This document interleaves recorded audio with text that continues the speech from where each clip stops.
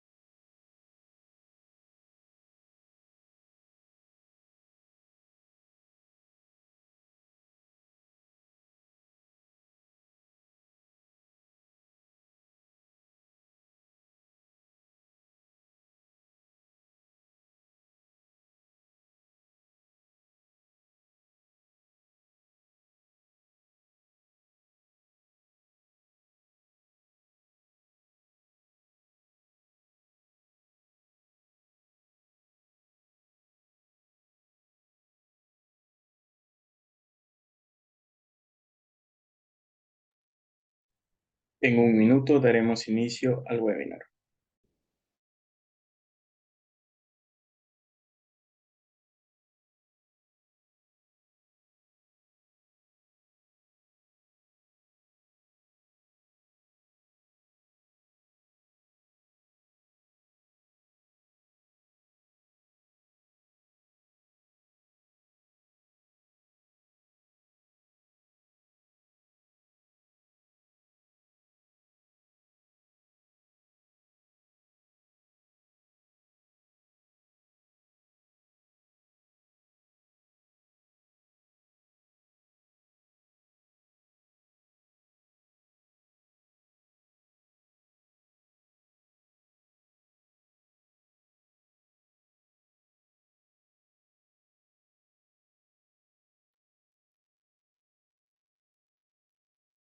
Muy buenas tardes con todos y todas. Mi nombre es Matías Haas, soy asistente en el Centro de Estudios Asia-Pacífico y les doy un cordial saludo y una gran bienvenida a nuestro webinar informativo ¿Por qué y dónde estudiar japonés? Tips and Tricks, donde exploraremos las ventajas y beneficios de aprender japonés, así como los lugares y plataformas donde puedes aprender uno de los idiomas más hablados en el mundo.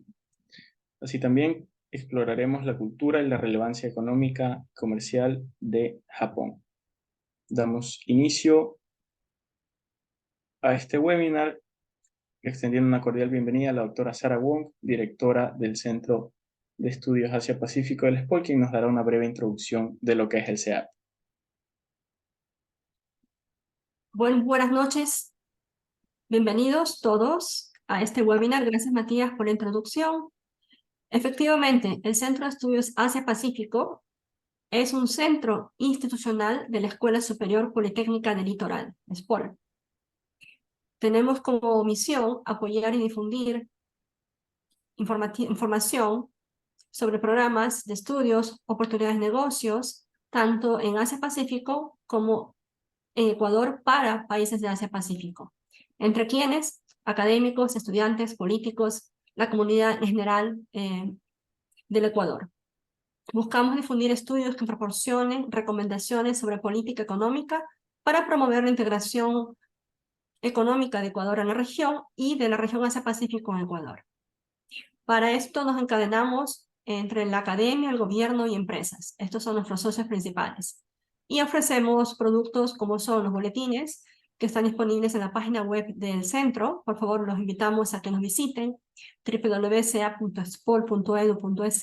Tenemos también disponibles dashboards con datos interesantes noticias Asia-Pacífico y, por supuesto, actividades como el webinar que ustedes van a presenciar. Tenemos nuestro, que Matías le dirá más adelante, dirección de YouTube, donde podrán ver también este y otras presentaciones.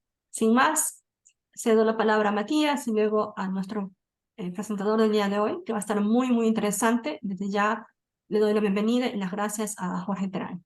Y gracias a todos por estar aquí. Muchísimas gracias, doctora, por esa breve introducción sobre lo que es el SEAP. Y a continuación vamos a mencionarles el outline. Es súper sencillo, vamos a dividirlo en tres partes. Las dos primeras explicaremos cuáles son las ventajas de estudiar japonés y la segunda, dónde podemos estudiarlo. Asimismo, tenemos un invitado especial, como lo mencionó la doctora Wong, Jorge Terán, director de Tanoshi Japonés, el cual nos indicará la cultura y el idioma de Japón desde una perspectiva experta. También tips y tricks para aprender japonés. Y al final tendremos una ronda de preguntas, las cuales les solicito de favor me ayuden escribiendo en el apartado de preguntas en la parte inferior de la pantalla. Por favor, escriban ahí porque así podemos nosotros revisar todas las preguntas a lo largo del webinar. En cambio, si las escriben en el chat se van a perder. Entonces, por favor, su ayuda escribiendo preguntas ahí. Un pequeño disclaimer, las opiniones vertidas en este webinar pertenecen a quien las expresa y no representan las del Centro de Estudios Asia-Pacífico del SPOL. La primera pregunta, y para empezar este webinar, ¿por qué estudiar japonés? Y antes de contestarles la pregunta exactamente, les voy a comentar que Japón es una de las economías más grandes del mundo. En Japón, a pesar de su pequeño tamaño, habitan 122 millones de personas y es un país con la tercera economía más grande del mundo, con un PIB de 4.3 billones, o sea, millones de millones de dólares. En materia de comercio, Japón se ubica entre los mayores países exportadores, siendo la quinta y el cuarto mayor país importador por debajo de países como China, Estados Unidos y Alemania. Además, en cuanto a innovación, Japón se ubica en una posición bastante ventajosa, siendo el país número 13 de 132 países participantes en el índice de innovación global. Eso también pueden revisar en nuestro sitio web. Y es considerado uno de los países líderes en innovación con grandes fortalezas en campos como la educación, el rendimiento logístico, investigación y desarrollo y participación digital. En los últimos años también, y como muchos de ustedes habrán experimentado, Japón es un país culturalmente rico con manifestaciones como el anime y el manga que se han vuelto extremadamente populares acá en Occidente, incluso la gastronomía. Lo cual ha incrementado el interés en la cultura japonesa. Entonces, resumiendo, son tres puntos: la relevancia de Japón en el escenario internacional a nivel económico, comercial, educación e innovación.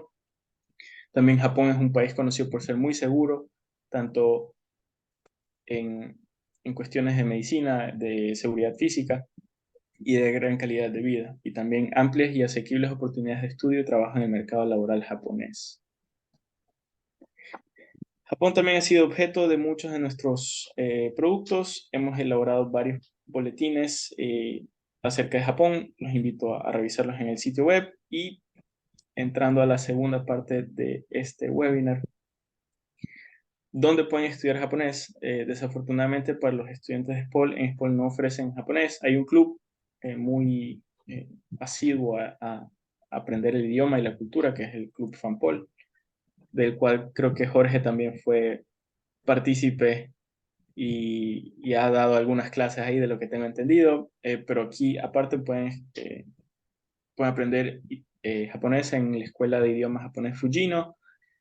Puse una diapositiva con bastante información. Les recuerdo que las diapositivas van a estar disponibles en nuestro sitio web. Ahí podrán ver a detalle los datos que hemos puesto aquí. Fujino es una de las opciones donde pueden aprender japonés en la Pontificia Universidad Católica del Ecuador. También pueden estudiar japonés, ofrecen varios niveles de japonés a un costo de $225 por curso. las modalidades son presencial, virtual e híbridas y pueden comunicarse con ellos a través de este correo que les he puesto aquí, idiomas@puse.edu.es. Bueno, la Universidad de San Francisco también ofrece idiomas.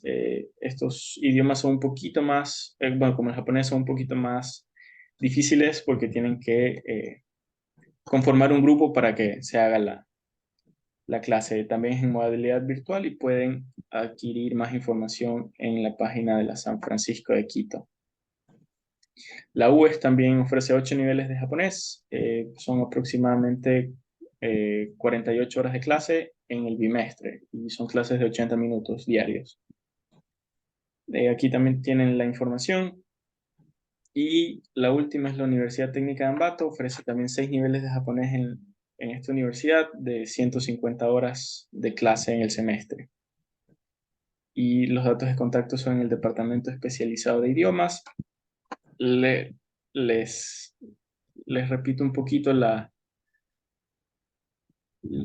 dinámica. Estas diapositivas van a estar disponibles en el sitio web del CEAP, justamente en el apartado del evento, entonces no se preocupen si se les perdió algún dato o quieren recopilar algún dato, pueden acceder a esta diapositiva inmediatamente después de finalizar el webinar, así que no se preocupen.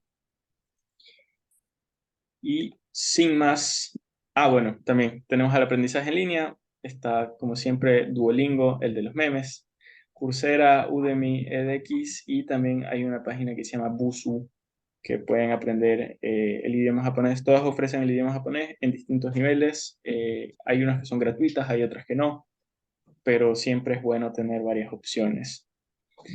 Y ahorita vamos con una perspectiva experta. El protagonista esta noche es Jorge Terán. Una breve presentación de Jorge Terán. Jorge Bueno, Terán es profesor de idioma japonés y director de la Academia Tanoshi Japonés. Tiene más de 7 años de experiencia en la enseñanza y el aprendizaje del idioma japonés. También es asesor para varios mecanismos de aplicación de becas y de procesos tanto de turismo como de educación en Japón. Ha tenido la oportunidad de tener estudios respectivos en el idioma japonés en la ciudad de Kioto, en Japón, y su rol es fundamental en el mercado de las instituciones del idioma japonés, que le han valido para que la Embajada de Japón avale y recomiende sus actividades educativas. Actualmente se dedica a realizar conferencias en diversas instituciones sobre Japón, como el Centro de Estudios Asia-Pacífico, el SPOL, y también explica su idioma, su cultura. Y como menciona la doctora Wong en el chat sobre becas y estudios en Japón, estamos planificando ya con Jorge hacer un webinar / asesoría para todas las personas interesadas en aplicar tanto a becas como a visas de trabajo, supongo, o simplemente a turismo. Entonces, Jorge, te doy la palabra. primero, bueno, Bienvenido. muchísimas gracias por la invitación, Matías. O sea, la verdad, encantadísimo de participar en este webinar digamos, del CEAP.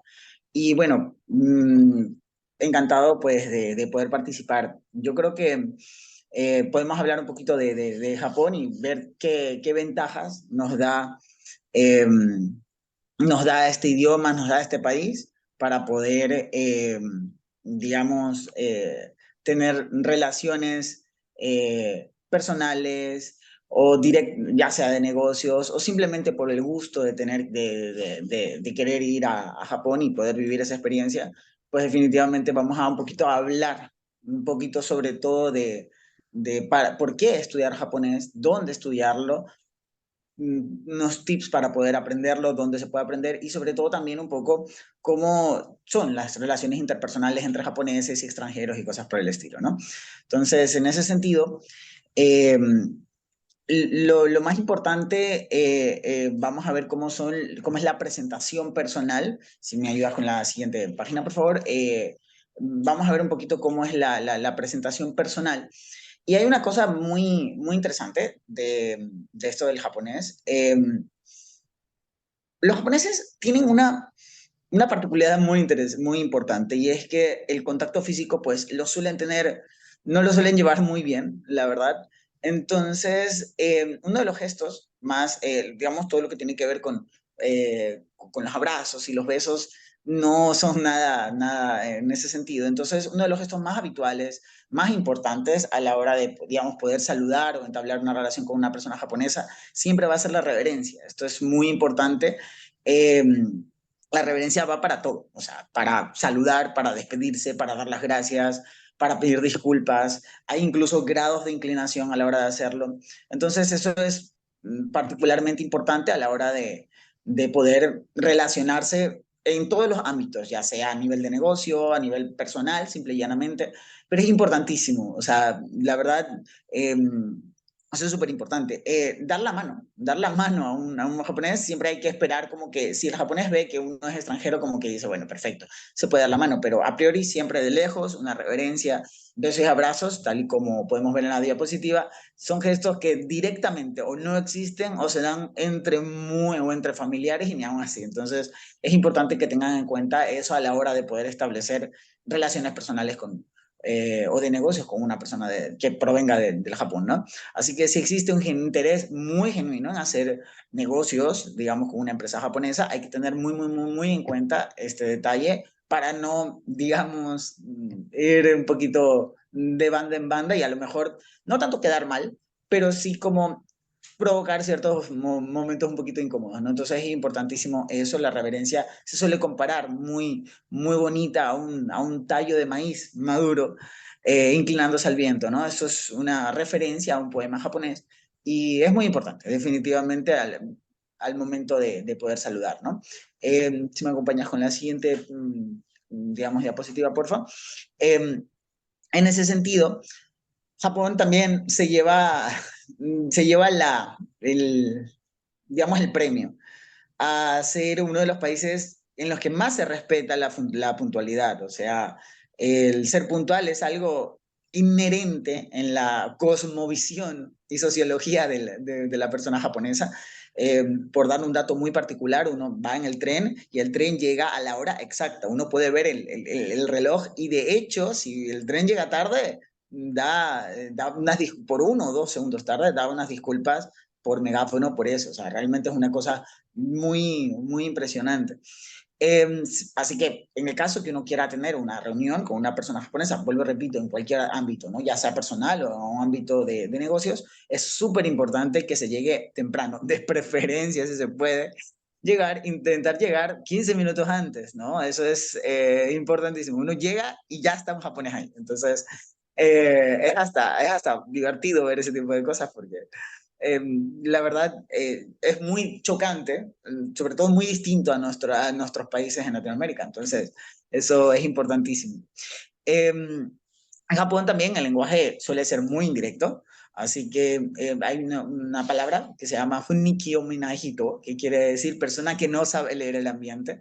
Entonces, hay que saber leer entre líneas. Un japonés no suele ser nada directo a la hora de decir las cosas para pedir favores, por poner un ejemplo muy particular que viene del idioma japonés, no es tanto, ¿me puede usted hacer un favor? Sino es, ¿puedo yo ser honorablemente recibir el favor de que me sea dado esto? O sea, ya llega un punto en el que es tan poco directo que pedirle a alguien un favor que uno tiene que captar la idea que uno se lo pide, que este japonés se lo está pidiendo a uno, ¿no? Entonces, es hasta ese punto lo discretos que pueden ser a la hora de dirigirse. Eh, Así que bueno, también otra cosa muy importante es seguir las reglas. Los japoneses son muy de seguir las reglas, entonces uno no se puede salir de lo que ya está preestablecido. Entonces, quizás es algo muy bueno porque hasta cierto punto hay como que un orden social. Quizás tiene también su punto negativo, ¿no? Que pues, si uno lo ve desde la otra línea, digamos, un proverbio japonés que reza Deru Kuiwa Utareru, que quiere decir el clavo que sale será golpeado. Entonces, hace referencia a que todos tienen que ser como que más o menos iguales. Entonces, en ese sentido, o sea, es importantísimo que uno no se salga de la regla, uno no se salga de la norma y respete todo, tal y como es. Entonces, es importantísimo eso, ¿no? Entonces, eso quizás podemos un poquito hablar de, se puede hablar mucho más, varios temas culturales en ese sentido, pero creo que la idea principal ronda porque si vas a tener contacto con japoneses, aparte de aprender el idioma, que evidentemente va por añadido, es el hecho de al menos tener estos códigos sociales que van a hacer que digamos, la interacción con una persona japonesa, más allá del que pues, sea esa persona esté interesada o no en conocerte como extranjero o tal, o sea, a nivel de negocio, es el hecho de que pues tampoco como que pues, somos bastante diferentes en ese sentido. Nos une la humanidad, porque somos seres humanos, pero al fin y al cabo venimos de bastantes, hay que tener en cuenta que Japón estuvo 200 años digamos, isolated, ¿no? Un poquito aislado del comercio exterior. Entonces, eso ha hecho que sean una población muy, muy particular en muchos aspectos y muy diferente incluso a sus vecinos asiáticos. Entonces, es importantísimo eso.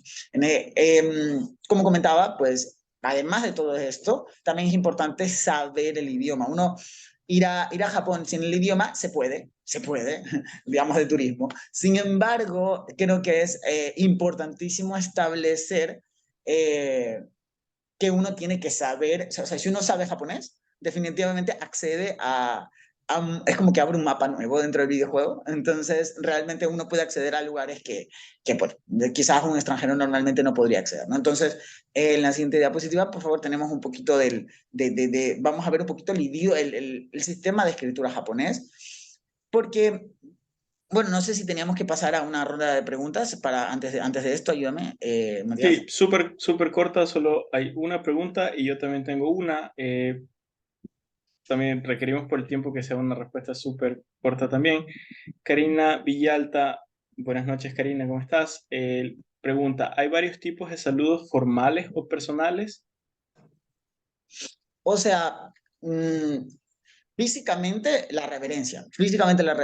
En cuanto al idioma japonés, sí, pues obviamente hay una palabra que es hajime mashite, que quiere decir mucho, o sea, cuando conoces a alguien por primera vez. Y bueno, evidentemente hay sonidos, digamos, saludos más informales, como haro, que es hello en inglés, básicamente, o konnichiwa, hola. O sea, realmente sí hay distintos, dependiendo de a quién te vas a dirigir. Pero en general, lo más normal es, hay más, buenos días, hajime mashite, cuando conoces a alguien por primera vez. Y sobre todo, físicamente la reverencia, ¿no? Con eso, incluso, así no te digas nada, es más que suficiente que uno ya sabe que está saludando. Entonces, eso. Perfecto, perfecto. Bueno, retomemos el asunto del idioma. Ya. Bueno, en este caso, con respecto al idioma, vamos a centrarnos un poquito en la parte escrita del idioma japonés. El idioma japonés tiene ciertas características muy interesantes. La primera es que existen dos sistemas de escritura. Un sistema que es propiamente japonés, que se llama kana, y un sistema que se llama kanji, que es, digamos, provienen de China. Esto es bastante interesante. Dice, el kana se compone de dos silabarios, ojito, no es un alfabeto, no es un abecedario, es un silabario, son 46 sílabas. Y bueno, básicamente el hiragana y el katakana son dos conjuntos, o sea, son dos versiones del mismo conjunto de sonidos. Es decir, tanto el hiragana tiene los mismos sonidos como el katakana tiene los mismos sonidos.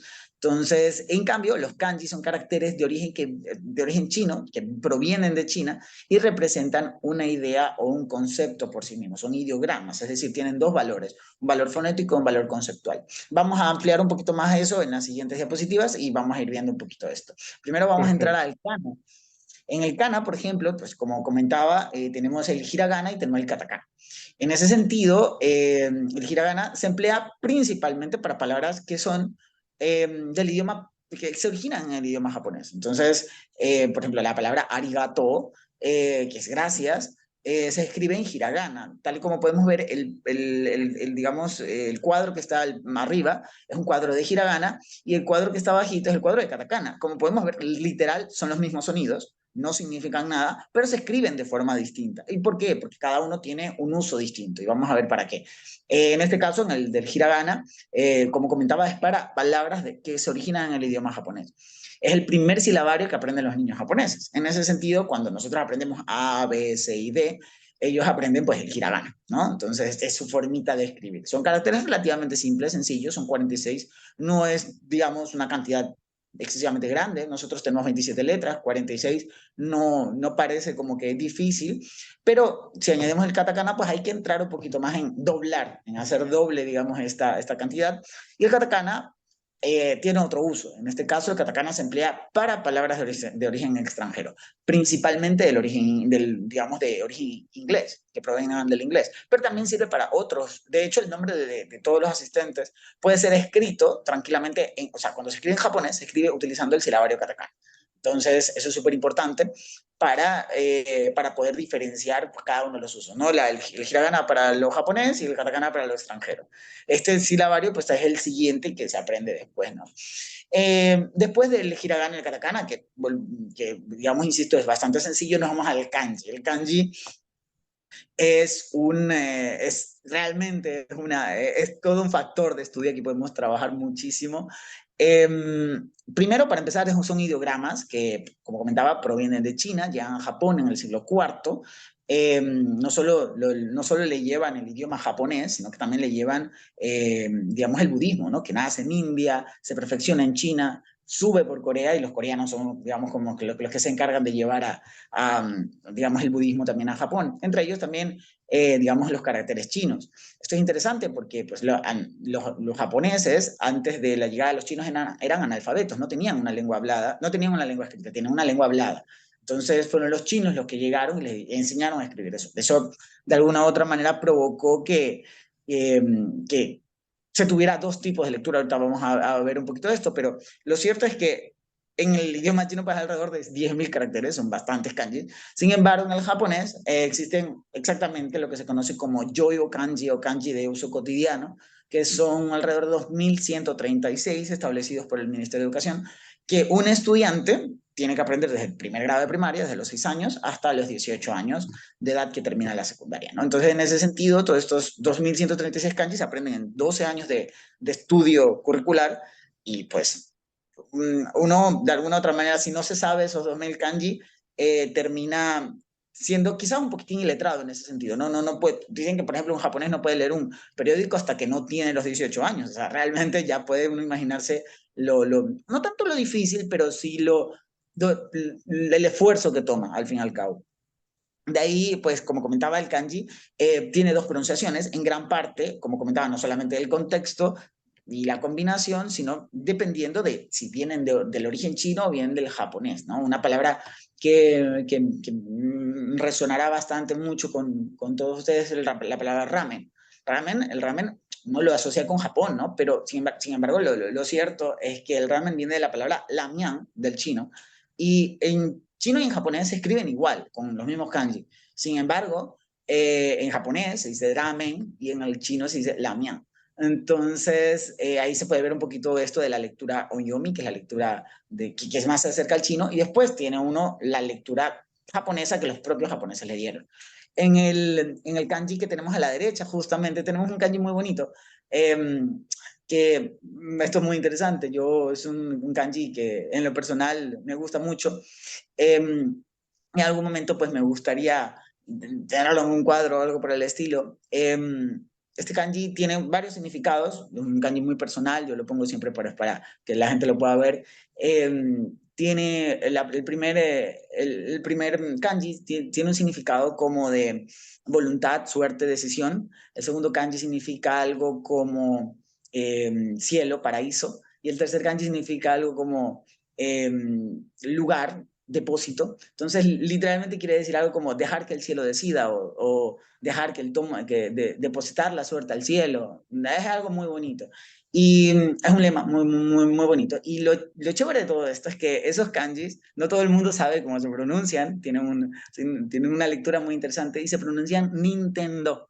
Nintendo, me imagino que los conocen, es una empresa, digamos, japonesa, radicada, originaria de Kioto, Japón, que nace ya en 1889, pero en los años 80 se dedica al entretenimiento electrónico. Y bueno, evidentemente creo que todo el mundo conoce a Mario.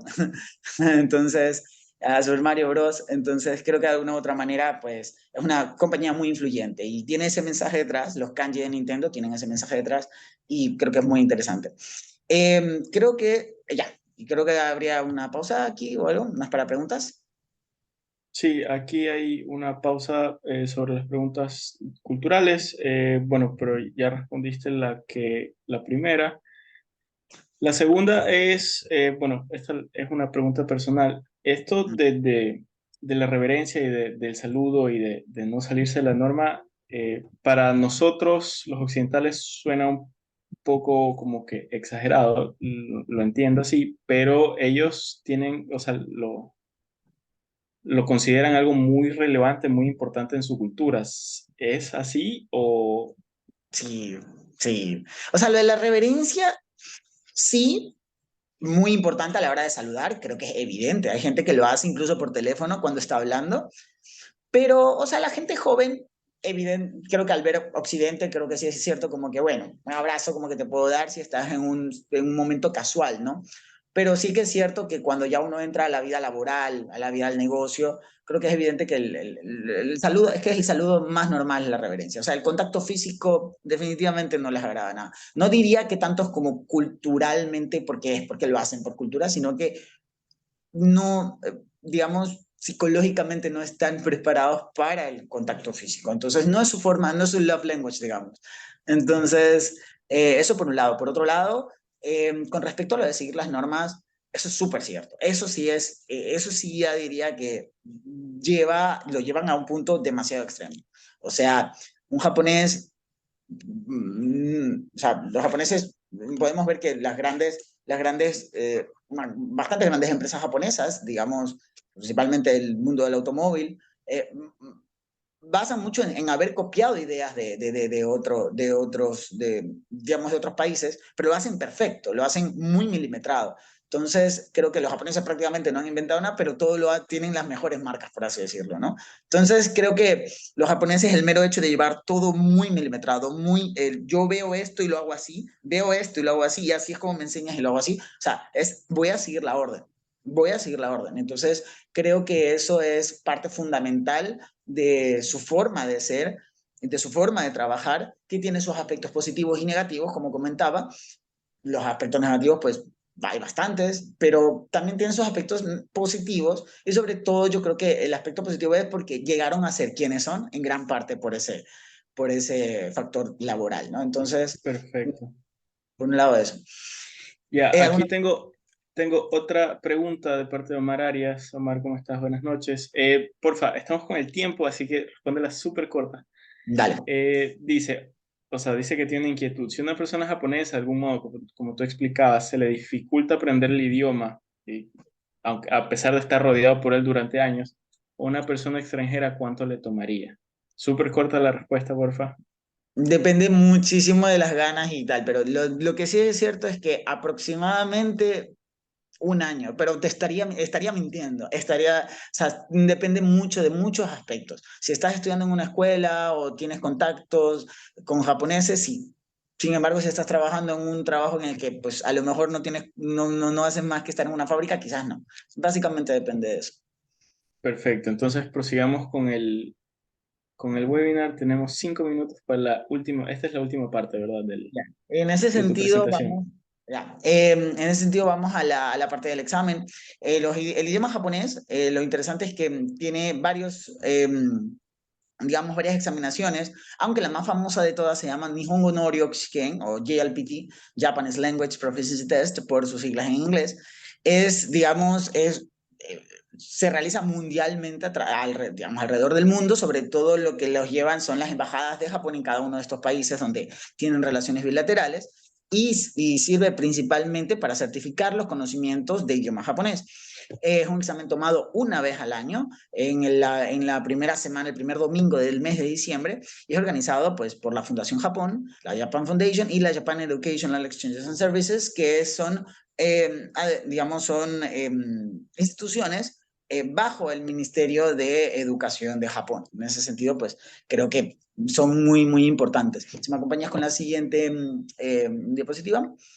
el JLPT pues tiene muchísimas ventajas a nivel laboral, de todo. Vamos a ver lo primero. Lo primero es cuando uno hace el examen en diciembre, a finales, digamos, a principios de febrero, finales de enero, se les da el resultado del año siguiente y quienes superan el examen obtienen un certificado de proficiencia en el idioma japonés, totalmente avalado por estas dos instituciones y además que es vitalicio. Eso es súper importante porque pues, no caduca cada X años, sino que dura para toda la vida. Hay bastantes niveles y cada uno puede dar pues, el nivel al cual tenga la proficiencia para darlo, ¿no? Para aquellos que deseen estudiar o vivir en Japón, aprobar el JLPT aumentará considerablemente la posibilidad de obtener un visado de estudiante o de trabajo. Esto es súper importante, en gran parte porque aprobar el JLPT, cuando uno lo aprueba, pues, se le abren varios campos. Primero, la posibilidad de estudiar un posgrado principalmente, que como comentábamos, vamos a hacer un webinar sobre eso, o si uno ya está radicado en Japón, tiene la posibilidad de acceder a estos trabajos bastante cualificados si uno accede, digamos, si uno tiene este certificado. Muy, muy, muy importante. De ahí, bueno, si me acompañas con la siguiente, bueno, no sé si hay otra pregunta o Eh, podemos... Podemos proseguir. Ya, entonces, bueno, ahora esto es bastante importante. Claro, como comentábamos, hay bastantes. Bueno, la verdad es que es relativamente limitado el número de instituciones que enseñan japonés en este país, teniendo en cuenta pues que a diferencia, por ejemplo, de Perú, pues no hay tanto ascendencia japonesa en ese sentido. Pero lo cierto es que las instituciones que hay son obviamente avaladas por la Embajada de Japón, como antes se había comentado, y pues la mayoría están relacionadas con instituciones educativas de tercer nivel. En ese sentido, aquí en Guayaquil, nosotros tenemos, digamos, bueno, yo soy profesor de idioma japonés en una institución llamada Tanoshi Japonés, yo soy el director general, y la verdad es que los animamos en este caso a que puedan estudiar japonés junto a nosotros, por varias razones. La primera es que van a poder acercarse de una manera muy divertida al idioma japonés, a la cultura, a su forma de comunicarse, a todo. Y pues uno va a poder adquirir, de hecho, Tanoshi japonés, curiosidad, Tanoshi significa divertido en japonés. Entonces, siento que es una manera muy divertida, muy didáctica de poder acercarse al idioma. Uno puede adquirir los conocimientos necesarios para realizar el examen, el JLPT, que como digo, al final, bueno, lo que tenemos son 6 niveles principalmente. Al finalizar estos niveles, uno puede acceder a ese, digamos, a ese examen y de preferencia aprobarlo. Y bueno, en la siguiente diapositiva tenemos un poquito más, en este caso, de información. Bueno, tenemos un poquito de fotitos de todos nuestros estudiantes haciendo actividades, diferentes actividades. Antes de pasar la información, algunas de las actividades que tenemos principalmente no solamente las clases, sino que, por ejemplo, aquí cerca de Tanoshi tenemos el parque japonés, que está aquí mismo en Guayaquil, y es un parque pues donde hacemos, digamos, actividades como Shodo, que el Shodo es la caligrafía japonesa, la practicamos allí. Es algo hermosísimo y que tiene mucha, digamos, mucha inspiración del budismo zen y cosas por el estilo, sirve para calmar, etc. También tenemos, vamos a eventos que ya sea que haga la embajada japonesa o eventos de anime, porque la verdad es que mucha gente entra a este idioma en gran parte por la animación japonesa, el manga, los videojuegos, y por ejemplo, por nombrar, este año vamos a estar en Budokan 2023, en donde van a venir 2 japoneses también a cantar y de canciones de anime, cantantes internacionales, entonces siempre participamos en esos eventos. Una de las actividades que hacemos, por ejemplo, es hacer eventos, digamos, los nombres en japonés de los asistentes, actividades totalmente gratuitas para que todos puedan disfrutar de esto, digamos, digamos, sanamente, ¿no? De todo esto. En la siguiente diapositiva tenemos un poquito de información sobre los cursos. Podríamos un poquito ver, quizás por la imagen se ve un poquitín pequeño, pero se puede hacer zoom. Lo interesante en este caso es que los cursos que tenemos tienen un valor de $80 por cada módulo. Son 6 módulos en total y cada módulo tiene una duración de 2 meses. En este caso, pues se pueden hacer 2 pagos de $40, bastante, digamos, asequible para poder pagar. y de varias maneras, tanto en efectivo como transferencia, como deseen. Y tenemos varios horarios, siempre cada 2 semanas estamos abriendo cursos. Y en este caso los que tenemos son justamente este fin de semana, el 2 de septiembre, 2 y 3 de septiembre, este sábado de 4 a 6 de la tarde o este domingo de 12 a 2. Tenemos ahí toda la información. Para más información, si uno quiere acceder a esto, pueden ver en nuestra página de Instagram, TanoshiJP, o en nuestra página de Facebook, y ahí tienen absolutamente toda la información, el número que ahí está, pueden acceder a ello sin ningún problema y bueno, esperemos pues obviamente que puedan estudiar con nosotros. En la siguiente diapositiva solamente queda decirle que pues evidentemente esperamos que verlos, en este caso junto a nosotros aprendiendo este idioma tan hermoso como es el idioma japonés. Y nada, pues sankashite kurete gozaimasu. Muchas gracias por estar en este live, muchas gracias por asistir y bueno, si tienen alguna preguntita que nos quieran hacer, pues encantado. Perfecto, Jorge. Muchísimas gracias por tu súper entusiasmada presentación. Es súper chévere que personas como tú estén súper emocionadas de esta riqueza cultural que, que representa el idioma y un idioma tan único como el japonés. Y si hay preguntas, hay varias preguntas. La primera es de Guillermo Vélez, que pregunta, ¿dónde se puede dar el examen, el JLPT? Sí. ¿Y cuánto cuesta? Vale.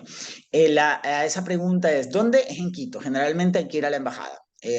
Hace mucho tiempo se solía dar aquí en Guayaquil, pero al no haber mucha demanda de estudiantes acá, todavía no existía Tanoshi en ese momento, hace como 10 años. Pues lo cierto es que ya lo dejaron, pero generalmente se hace en la embajada, bueno, en una institución que asigna la embajada de Japón.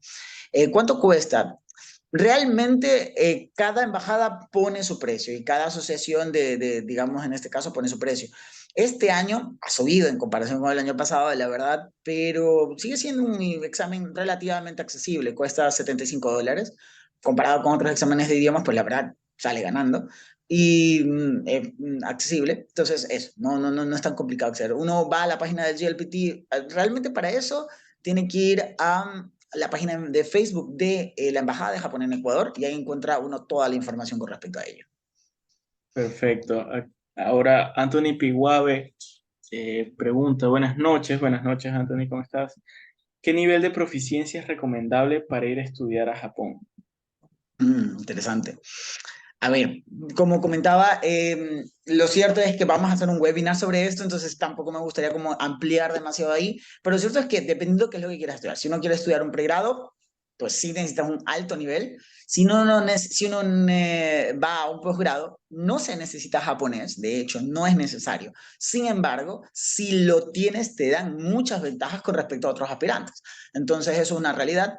De preferencia, pues un N3, un N4, ya que, bueno, ahora quizás uno no entendería por eso, por esas nomenclaturas, hasta que pues no haya un poquito más de asesoramiento sobre ello, pero con un N4, N3 más que suficiente. Perfecto. Acá también hay una pregunta. A ver, primero, ¿tus cursos son presenciales o virtuales, híbridos?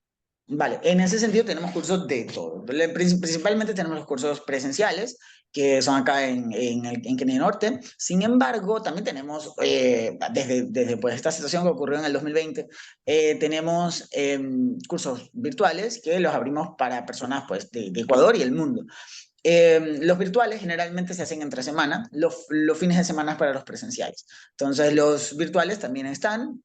Solamente es cuestión de contactar con el número que estaba ahí o a través de la página de Facebook y vamos a darles en ese sentido toda la información sobre los cursos virtuales, en el caso que necesiten. Perfecto, perfecto. Entonces, invitados a escribirles a Jorge en sus redes sociales, en su WhatsApp. Acá también hay otra pregunta. Cuando viajas a Japón, supongo que es para estudios o trabajo, ¿es obligatorio la prueba japonesa o ya Vale. tenerla hasta el N1?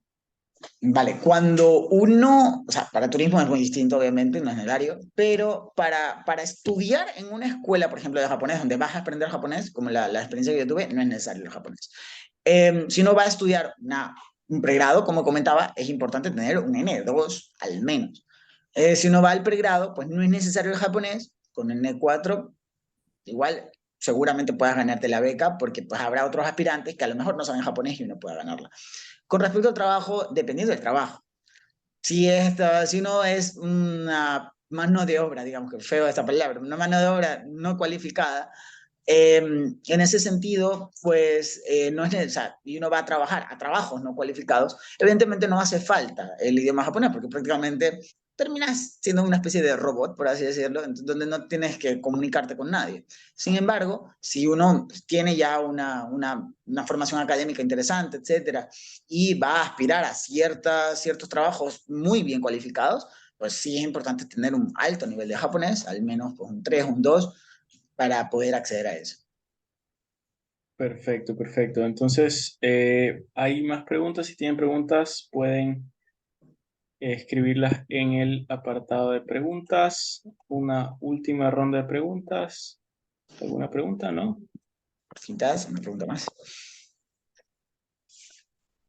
A ver, no hay ninguna pregunta, creo que está todo claro. Entonces, a los asistentes les voy a pedir por favor que nos ayuden con la resolución de una encuesta. Es súper corta, no se toma más de un minuto. La voy a poner en el chat para que nos ayuden. A ver, espérame. Oh. Justo aquí, Melanie pregunta, mientras los demás por favor nos ayudan con su amable respuesta en nuestra encuesta. Esta encuesta es para que nos ayuden a mejorar, a ver qué temas les interesan, a ver qué temas derivados de este webinar les gustaría ver, como el de las becas y el del idioma. Aquí Melanie Horna pregunta, los niveles que mencionó, bueno, o sea, son equivalentes, por ejemplo, en inglés y en alemán, son A1, A2, B1, B2, C1, C2. Entonces, tú mencionaste estos N Sí. y algunos Justamente, números, entonces, justamente comentaba que lo de la nomenclatura, cuando me lo preguntaban, es como quizás no la vayan a entender, pues porque ajá, no conocen el contexto del GLPT.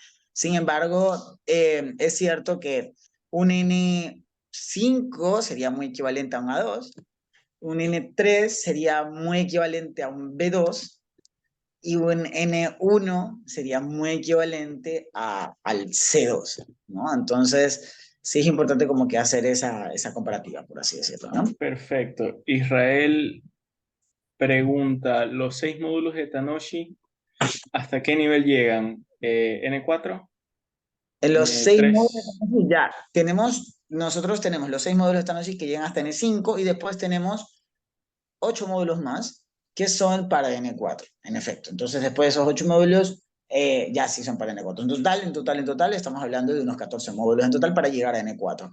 Nos gustaría poder llegar a más, sin embargo, pues no hay, digamos, como mercado, por así decirlo, como para estirar mucho más. Sin embargo, con N5, N4 es más que suficiente, porque además gana uno posibilidades de beca solamente con obtener este certificado.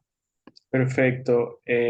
Una pregunta aquí súper rapidita. Entiendo que, y solo para aclarar, los niveles N5 es el más básico y N1 es el más Es el más alto. Sí. avanzado. Disculparán que no haya puesto en contexto esto. Sí, en efecto, N5 es el No, no, más tranquilo. bajito y N1 es el más alto. El N1 realmente se utiliza una de dos. Cuando uno tiene que aplicar a una universidad como pregrado, por un lado, o sea, con 18 añitos de edad, o sea, que pues, no mucha gente tiene acceso a un alto nivel de japonés siendo tan joven.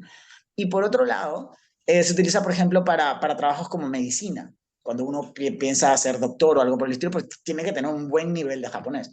Más allá de eso, la verdad es que con el 2, el 3, incluso el 4, son más que suficientes para moverse en el día a día en Japón, no es necesariamente. Ok, perfecto. Me dicen que tienen problemas con la encuesta, pero yo acabo de entrar sin ningún problema. Entonces déjenme revisar eso. A ver, o sea, traten de ingresar con su cuenta de Spol, porque eso... a ver, un segundito. Vamos a ver si podemos resolver eso súper rápido. Mientras tanto, quizás aquí doy un salto para agradecerle de nuevo a Jorge por su participación. Desde ya está comprometido a futuro para temas sobre becas, que es muy importante. Jorge nos decía, hay becas disponibles, ¿no? ¿Verdad, Jorge? De hecho, totalmente.